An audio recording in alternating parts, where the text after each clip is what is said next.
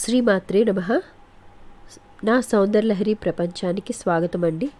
అమ్మ ప్రేమకి హద్దులే లేవు, అమ్మ ప్రేమకి కొలతే లేదు. కంచి కామాక్షి అమ్మవారు.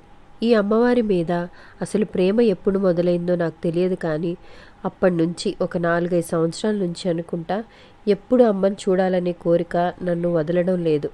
విజయవాడ కనకదుర్గ అమ్మవారిని సంవత్సరానికి 1-2 సార్లు చూసి వస్తూనే ఉంటాను. అక్కడికి వెళ్ళినా కూడా మనసు ఎందుకో కామాక్షి అమ్మ వైపు లాగుతూనే ఉంటుంది.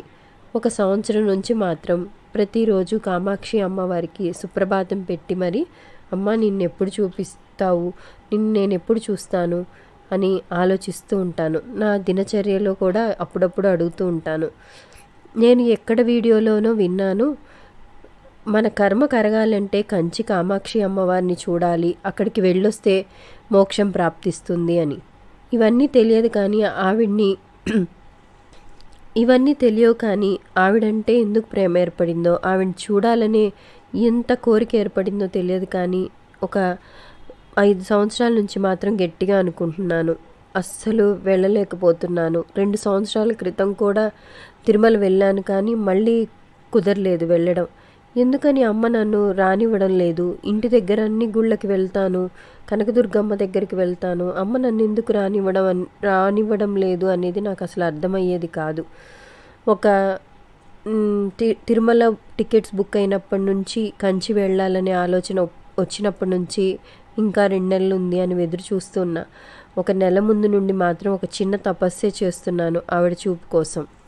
కామాక్షి అమ్మవారు దర్శనం ఇవ్వాలి అనుకున్నప్పుడు మన నెల ముందు కానీ 15 రోజుల ముందు కానీ ఆవిడ చూపించే ఉనికి ఇప్పుడు గుర్తొస్తుంటే చాలా అద్భుతంగా అనిపిస్తుంది. ఎందుకంటే ఒక లలితా సహస్రనామం బుక్కు నాకు పౌర్ణమి రోజే వచ్చింది. గత నెల పౌర్ణమి రోజు వచ్చింది. పౌర్ణమికి కరెక్ట్గా 2 రోజుల ముందు నాతో శ్రీరామ్ సమృద్ధి వాళ్ళు మాట్లాడారు. ఈ బుక్ని మీ పేజ్లో ప్రమోట్ చేయమని కూడా చెప్పారు. నేను పౌర్ణమికి వస్తే బాగుంటుంది కదా అంటే, సాధ్యపడితే వస్తుందేమో కానీ చెప్పలేమన్నట్లు చెప్పారు.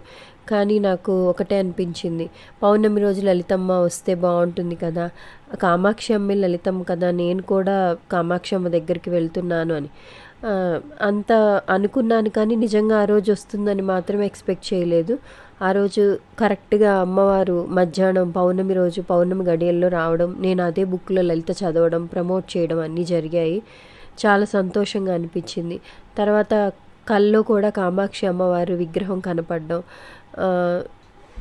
అభిషేకాలు జరుగుతుండడం, నన్ను తీసుకువెళ్ళి ఎవరెవరో వచ్చి నన్ను తీసుకెళ్ళి అమ్మవారి అభిషేకం చూపించడం, ఇలా జరుగుతుండడం, చిలకలు రావడం కల్లోకి, మా పాప కల్లోకి చిలకలు రావడం, చేతిలో ఉండడం, ఎగరడం, మళ్ళీ చేతికి రావడం, ఇలా అంతా. కొన్ని సందర్భాల్లో ఈ టూర్ ప్లాన్ అంతా ఏమవుతుందో ఏంటో అని కొంచెం టెన్షన్గా ఆలోచిస్తూ ఉన్న నాకు అమ్మవారిని ఒకటే అడిగాను, అమ్మ నువ్వు ఎలా ఈ టూర్ని ప్లాన్ చేస్తావో నాకు తెలియదు, నువ్వే మొత్తానికి నువ్వు పూర్తిగా ఏ అడ్డంకులు లేకుండా సవ్యంగా బాగా జరిగేలాగా చూడు, నేను ఎవరిని అడుగును, నేను నిన్ను మాత్రమే అడుగుతాను, నువ్వే అన్ని రకాలుగా చూపిస్తావు అనుకొని అన్నాను. అదే రోజు పాపకి చిలకలు కల్లోకి రావడం, చిలకలు ఎగరడం, ఇలా ఎన్నో నాకు ఒక వారం ముందు కరెక్ట్గా అన్ని అద్భుతాలే చూపిస్తూ వస్తున్నారమ్మ. తిరుమల శ్రీవారి దర్శనం అయిపోయింది. చాలా సంతోషంగా జరిగింది. మరుసటి రోజు కంచి వెళ్ళాలి అని బాగా అనుకున్నాము. కంచి బయలుదేరే ముందు నాకు ఇదివరకు అమ్మ కుటుంబంలో ఉన్నారు కదా, నేను ఒక నెల రోజుల నుంచి స్టోరీలు పెట్టుకుంటూ వస్తున్నాను కదా కంచి అమ్మవారి గురించి. ఒక చెల్లి చూసి చెప్పింది, మీరు కంచి వెళ్తే మాత్రం తప్పకుండా అభిషేకం చేయించుకోండి, ఇట్లాగా బుక్ చేసుకోవాలా అని అడిగితే, లేదు అవసరం లేదు, మీరు అక్కడికి వెళ్ళి మాకు తెలిసిన వాళ్ళు ఉన్నారు, మీరు అక్కడికి వెళ్తే అభిషేకం కూడా చేసుకోవచ్చు, మేము చెప్తాము అన్నారు. సరే అనేసి అనుకొని డిసైడ్ అయ్యాను.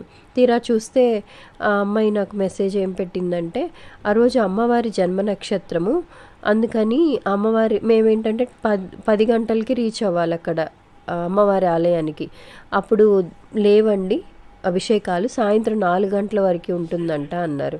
సరేననేసి నేను కూడా 4 గంటలకు చేయించుకుందాము అని ఫిక్స్ అయ్యాను. తీరా చూస్తే అక్కడికి వెళ్ళేలోపు ఇంకా మా వారు ఏమన్నారంటే, మా వాళ్ళందరూ ఒకటి డిసైడ్ అయ్యారు. వేరే మాకు కులదైవము గుడి పాండిచ్చేరి దగ్గర ఉంది. మేము అక్కడికి వెళ్ళాలంటే చాలా కొంచెం జర్నీ చేయాలి కంచి నుంచి. మాకు కులదైవం కూడా ముఖ్యమే కదా, అటు ఇటు 2 చూసుకున్నట్టు ఉంటుంది. ఈసారి చేయిద్దాం అభిషేకము, ఇప్పుడే కదా మొదటిసారి వచ్చాము, ఇప్పటికైతే దర్శనం మాత్రమే చేసుకుందామని బాగా అనుకున్నప్పుడు సరేననేసి వెళ్ళాను. వెళ్ళిన తర్వాత ఆ అమ్మాయికి నేను అదే చెప్పాను, నాకు సాయంత్రం అంటే వీలు పడదు, పొద్దున అంటే అవ్వలేదు కాబట్టి అమ్మాయి ఎలాంటి దర్శనం నాకు కల్పిస్తారో అంతవరకే నేను నోచుకోగలుగుతాను. ఈసారి వచ్చినప్పుడు తప్పకుండా నేను చూసుకుంటాను అమ్మని అభిషేకంలో అనుకున్నా. కానీ మనసులో ఎక్కడో బాధ, ఎక్కడో ఆవేదన, అమ్మని నేను చూసుకోలేనా, అభిషేకం ఎంత అద్భుతంగా ఉంటుంది, చాగంటి గారు ఎంత అద్భుతంగా వర్ణించారు, ఇవన్నీ నేను ఎందుకు మిస్ అవుతాను, మళ్ళీ ఇప్పుడు ఇన్ని సంవత్సరాల నుంచి అనుకుంటుంటే ఇప్పుడు కుదిరింది కదా అమ్మ దర్శనం, మళ్ళీ ఇంకెన్ని రోజులు కుదురుతుంది అని ఆలోచిస్తూ ఉంటున్నా. సరే తనుకి ఇదే మెసేజ్ పెడితే తను నెంబర్ పంపించి, ఈ ఆలయంలో ప్రధాన అర్చకులండి, మేము ప్రతి నెల అమ్మవారి గుడికి వెళ్తాము, అరుణాచలము కంచి అమ్మవారి దగ్గరికి ప్రతి పౌర్ణమికి వెళ్తాము, మాకు ప్రధాన అర్చకులు బాగా తెలుసు, మీరు వెళ్ళండి తప్పకుండా, ఫోన్ చేయండి అని నెంబర్ ఇచ్చింది. నా అదృష్టం ఏంటంటే ఫోన్ చేస్తుంటే, ఒక విధంగా అదృష్టం అనే చెప్పాలి, ఫోన్ చేస్తుంటే అసలు ఆయన లిఫ్ట్ చేయట్లేదు 4-5 టైమ్స్. ఇది కూడా మిస్ అయిపోతున్నాను, ఈ అవకాశం వాళ్ళు కల్పిస్తున్నా కూడా నేను తీసుకోలేకపోతున్నాను అనే లోపల ఎంత మదన పడుతున్నానంటే, అమ్మని సాధారణ దర్శనంకి వెళ్ళినప్పుడు కూడా అమ్మని చూస్తున్నాను కానీ ఏదో తెలియని ఆవేదనతోనే ఉన్నాను. సరే నార్మల్గా అందరిలాగా దర్శనంకి వెళ్ళాను, అమ్మ ఫుల్గా ముస్తాబై ఉన్నారు, చక్కగా బాగా చూస్తున్నారు. కానీ ఏంటి ఇన్ని సంవత్సరాల నుంచి అడుగుతున్నాను, ఒక స్వార్థం ఏంటంటే అమ్మ నాకే సొంతం, నేనే అమ్మని ఎక్కువ చూడాలి, నార్మల్గా అందరిలా చూసేస్తే ఏంటి అన్న ఒక స్వార్థంతో అమ్మ ఇలా చూస్తున్నాను, ఇలా పక్కకి జరగమంటున్నారు, ఇంతేనా, ఇంకా నేను బాగా కంటి నిండా నేను ఎప్పుడు చూసుకోగలను, మళ్ళీ ఎప్పుడు ఇస్తా అవకాశం అనేసి కొంచెం బాధగానే పక్కకు వచ్చేసి ఆవిడ ప్రతి విషయాన్ని మనసులో ఉండి ప్రతిదీ గమనిస్తూనే ఉంటారు అన్నదానికి నిదర్శనం అనమాట. పక్కకు వచ్చేసాను. ఆ అమ్మాయి మెసేజ్ ఇంకా బయటకు వచ్చేసి ఆ అమ్మాయి మెసేజ్ చూశాను. తను ఏం పెట్టిందంటే, మీరు కాల్ లిఫ్ట్ చేయట్లేదు అన్నారు కదా, ఆయన పేరు చెప్తానండి, ఆ పేరు చెప్పి ఫలానా వాళ్ళ తాలూకా అని మీరు చెప్పండి, ఎవరో ఒకళ్ళని అడగండి దయచేసి మీరు అక్కడ అని తను అమ్మవారిని ప్రే చేస్తుందట నా కోసం. అమ్మ కామాక్షమ్మ ఇంతలా నిన్ను అడిగి వెళ్తుంది, నేనేదో సహాయం చేద్దాము, దర్శనం బాగా కల్పిద్దాం నేను ప్రయత్నిస్తున్నాను, నువ్వు అమ్మకి నువ్వు దర్శనం కల్పించు బాగా, లేదంటే నాకేదో బాధగా ఉంది, నువ్వు ఎట్లయినా సరే తనకి ఇప్పించాలి మంచి దర్శనం అని తను అడిగిందంట. తను అడగగానే ఇంకా తను అనుకుందంట, తర్వాత చెప్పింది తను. నేనేం చేశానంటే ఇంక తర్వాత ఆయన పేరు చెప్పి ఒకళ్ళిద్దరిని అడిగాను. ఆయన హోమం జరుగుతుంది, అమ్మవారి జన్మ నక్షత్రం కాబట్టి హోమం జరుగుతుంది, సువాసిని పూజలు 9 మంది ముత్తైదువులకి సువాసిని పూజ అవుతుంది. ఇవన్నీ జరుగుతున్నప్పుడు నేను ఎంతవరకు డిస్టర్బ్ చేయను, ప్రధాన అర్చక స్వామి అన్నప్పుడు అనేసి కొంచెం బిడియంగానే పక్కకి నించున్నాను. తర్వాత వాళ్ళు అంతా అయిపోయింది, ఎందుకో నా అదృష్టం బాగుండి అందరు తొందరగా అయిపోయినట్టుంది, కొంచెం పక్కకు వచ్చారు. నేను ఆయన్నే వెళ్ళి అడిగాను ఆయన పేరు చెప్పి. ఆయన అడగగానే ఆయన అవునమ్మా నేనే అన్నారు. నేను ఇట్లా అండి పలానా వాళ్ళ తాలూకా అని చెప్పగానే ఆయన ఒక చిరునవ్వుతో చక్కగా నన్ను రిసీవ్ చేసుకొని ఏంటమ్మా దర్శనం కావాలా అంటే, అదే అభిషేకం అంటే సాయంత్రం అంటే మాకు కుదరదండి, ఇట్లా దర్శనం కావాలి, అమ్మని చాలా దూరం నుంచి వచ్చానండి, చాలా డేస్ నిరీక్షణ నాది, అమ్మని ఒక్కసారి దగ్గరికి చూసుకుంటాను కొంచెం ఒక్క 2 నిమిషాలంటే, ఏం కాదమ్మా ఉండు అని చెప్పారు. ఉండు అని చెప్పి నన్ను డైరెక్ట్ అమ్మవారి ముందుకు అంటే ఆ శ్రీచక్రంకి యువతల గాయత్రి మంటపంలో అందరూ సువాసినీలు కూర్చొని ఉన్నారు. వాళ్ళతో పాటు నన్ను, మా వారిని, మా పిల్లల్ని, మాతో వచ్చిన మా బంధువులందరినీ కూర్చోబెట్టి చక్కగా అందరికీ దర్శనం. నన్ను మాత్రం ఎదురుగా, మా వారిని ఎదురుగా నా కంటితో తెర క్లోజ్ చేసి ఉందమ్మా, ఇది తెర ఓపెన్ చేయగానే మీరు అమ్మ అభిషేకం దర్శనం చూసుకోవచ్చు అని చెప్పి వెళ్ళారు. ముస్తాబై కనిపించింది అమ్మ ఒకసారి, అభిషేకంలో కనిపించింది. చక్కగా తెర తీయగానే నల్లటి మేని ఛాయ్ తోటి ఆ తల్లి నిగనిగలాడుతూ, నలుపులో ఇంత అందం ఉందా అని మొదటిసారి అనిపించేంత అద్భుతంగా తల్లి కూర్చొని ఉన్నారు. వాళ్ళు శ్రీచక్రానికి అభిషేకం చేయడం, అమ్మవారికి అభిషేకం చేయడం, పాలతోటి, నీళ్లతోటి, గంధంతోటి ఇవన్నీ అభిషేకాలు చేస్తుంటే నాకు నేను చేసేది ఏం చేయగలను అనేసి అక్కడ లలిత చదవడం అంటేనే మహద్భాగ్యం అని లలిత మొదలుపెట్టాను. లలిత మొదలుపెట్టి చదివే టైంకి కరెక్ట్గా మందస్మిత ప్రభాపూర మజ్జత్ కామేశ మానస అన్న ఆ పదము, మందస్మిత ప్రభాపూర అన్న పదం పలకగానే అమ్మ నవ్వుని నేను చూశాను. నేను ఆపగానే పక్కన ఆవిడ నాకు అమ్మ అందించినట్టు ఒక ప్రతి శ్లోకంలో ఎక్కడైతే ఎగ్జైట్ అయ్యి నేను బాగా ఫీల్ అవుతున్నానో వాళ్ళు నాకు పక్కన అమ్మవారిలాగే ఒక్కొక్క పదాన్ని అందించడం, నా కంటి నిండా నీరు నిండిపోవడం, నేను అసలు ఎమోషన్ అయిపోవడం అనేది, అమ్మ కన్ను తిప్పడం కూడా చూశానండి నేను. అమ్మ సాక్షాత్తు పాలు పోయగానే కన్ను ఇలా లోపల ఇట్లా కళ్ళు తిప్పడం అనేది కూడా నేను భావించాను. నేను ఇంత చాగంటి గారు చెప్పినప్పుడు నా దృష్టి నేను ఎంత మహా వ్యక్తినేం కాదు, నా కంటికి కనిపిస్తుందా అని నేను భావించాను. కానీ అమ్మ సాక్షాత్తు కన్ను తిప్పారండి, నవ్వారు, అభిషేకంలో నవ్వారు, మందస్మిత అన్నప్పుడే నవ్వారు. నాకు ఒకటే అర్థమైంది ఏంటంటే గాయత్రి మండపం అని యూట్యూబ్ వీడియోస్లో చూసినప్పుడు మనం అంత అదృష్టం చేసుకున్నామా, అభిషేకం టికెట్ కొనాలి, కూర్చోవాలి, చూడాలి, ఇవన్నీ ఒక ప్లానింగ్ అయితే నేను ఒక టికెట్ కూడా కొనకుండా అమ్మ నాకు నువ్వు అభిషేకం చూడాలన్నావు, నువ్వు కొని నాకు చేయించడం కంటే నీకు అభిషేకం చూపించాలి, ఇంతే కదా, నేను నీకు చూపిస్తాను అని ఆవిడ అక్కడ కూర్చోబెట్టి నన్ను కన్నీటి పర్యంతం చేసి నన్ను ఆనంద బాష్పాల్లో ముంచేశారంటే నిజంగా ఆ రోజు నా జన్మధన్యం. నేను పుట్టిన జన్మకి సార్థకత అనిపించింది. ఆ రోజు నేను ఎప్పటికీ మర్చిపోలేను.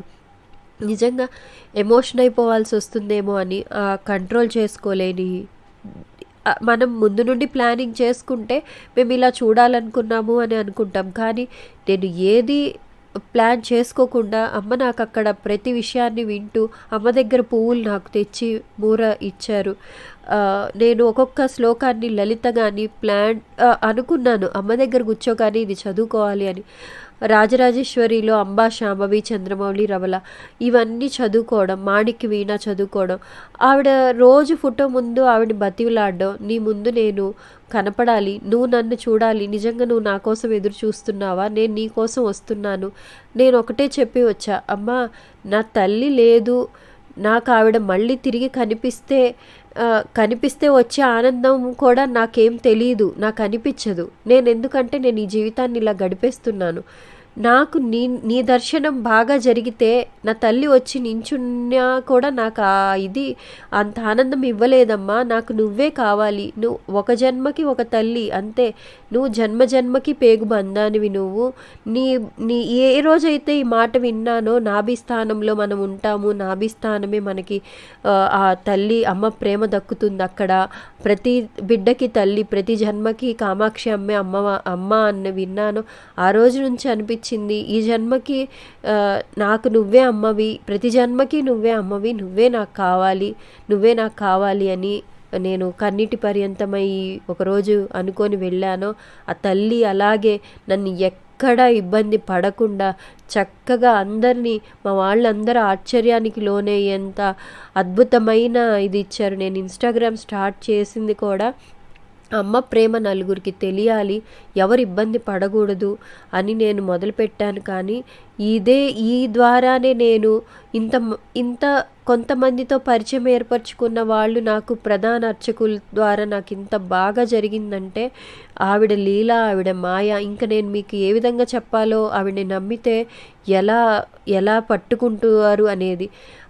అంతా అమ్మని చూసిన తర్వాత అయిపోయిన తర్వాత ఎంత ఆనందంగా ఉందంటే ఇంకా నేను కళ్ళు మూస్తే కామాక్షి, కళ్ళు తెరిస్తే కామాక్షి,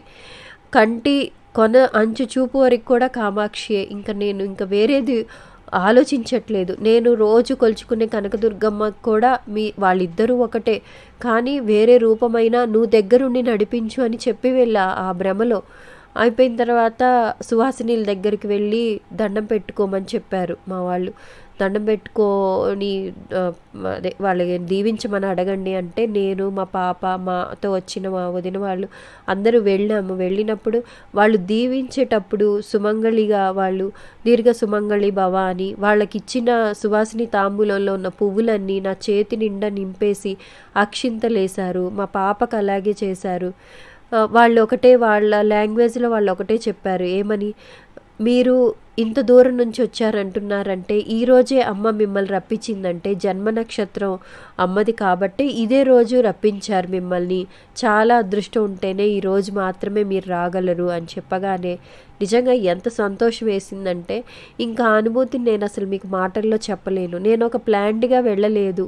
మీ అందరికీ చెప్తున్నా, దర్శనం కల్పించమని దర్శనం ఇస్తుందా బాగా అవుతుందా, ఇంతే.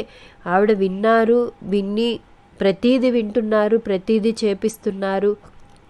నేను ఒక్కదాన్నే కాదు కదా, నా కోసం అమ్మ కుటుంబంలో అందరూ మేము దండం పెట్టుకుంటున్నాం అక్క, నీకు బ్రహ్మాండంగా జరుగుతుంది అక్క దర్శనం అని నాతో పాటు ఇంకా మిగతా వాళ్ళు కూడా అడగడం, నా కోసం కాపోయినా మిగతా వాళ్ళ ప్రేమ కోసమైనా అమ్మ నాకు అంత మంచి దర్శనాన్ని ఇచ్చారని నేను భావిస్తున్నాను.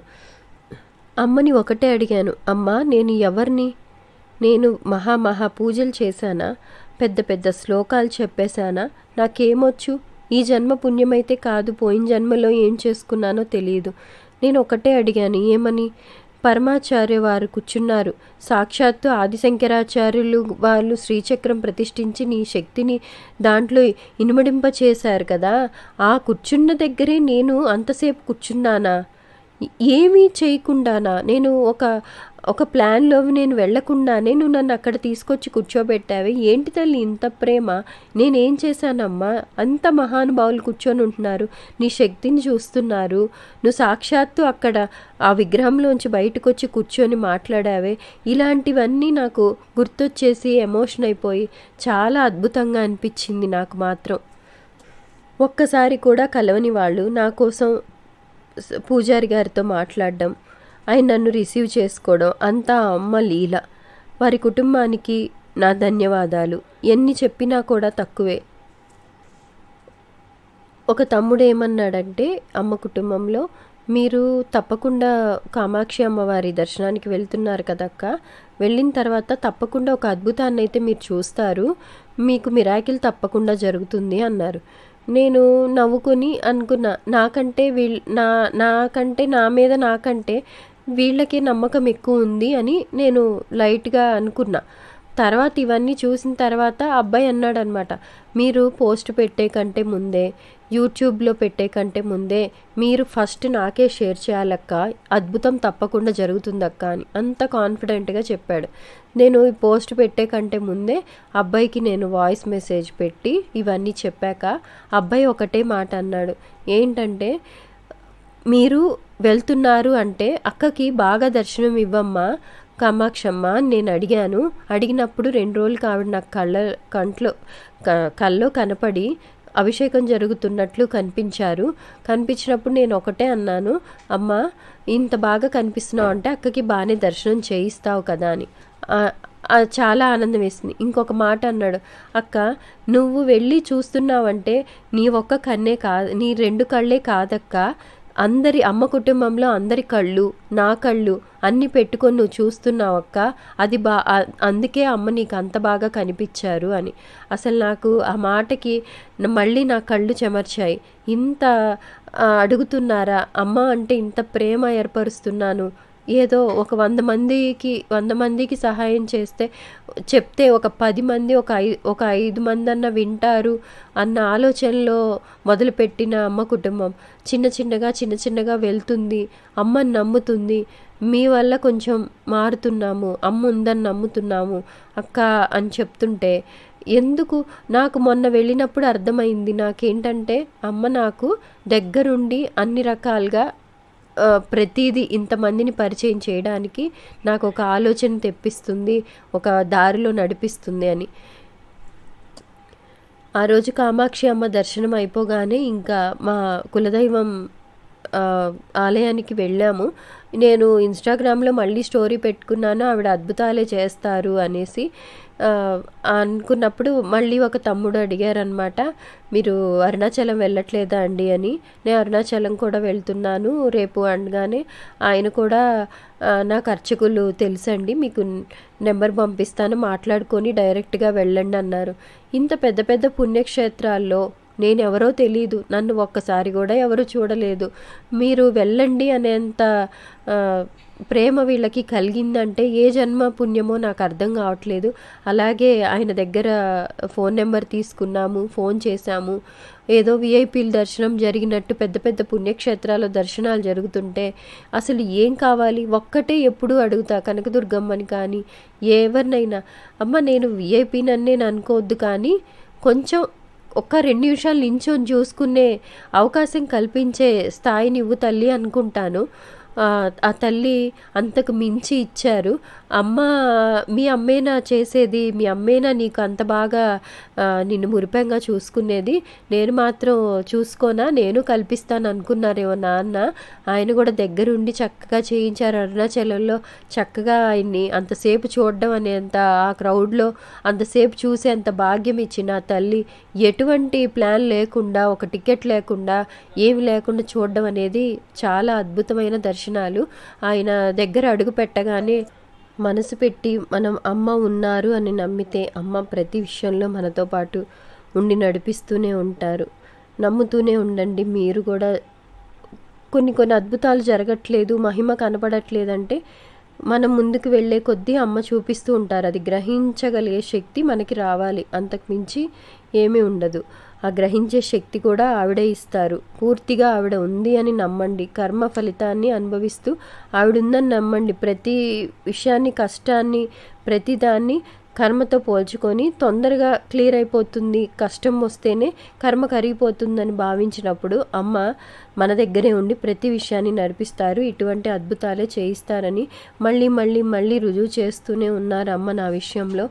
ప్రతి ఒక్కళ్ళు అమ్మని నమ్మండి, అమ్మే ముందుకు తీసుకువెళ్తారు, నడిపిస్తూ ఉంటారు. అందరూ తప్పకుండా ఇప్పటివరకు చూడని వాళ్ళు కామాక్షి అమ్మవారిని చూడడానికి ఆవిడ దగ్గరికి వెళ్ళి నిజంగా నాభి స్థానాన్ని మనం వెళ్ళి, నాభిస్థానంలో ఉన్న అమ్మ దగ్గరికి వెళ్ళి పేగుబంధాన్ని పంచుకొని రండి. అమ్మని తనివి తీరా చూడండి. శ్రీమాత్రే నమః. అమ్మ దయ ఉంటే అన్నీ ఉన్నట్లే. మీ సౌందర్యలహరి శ్రీమాత.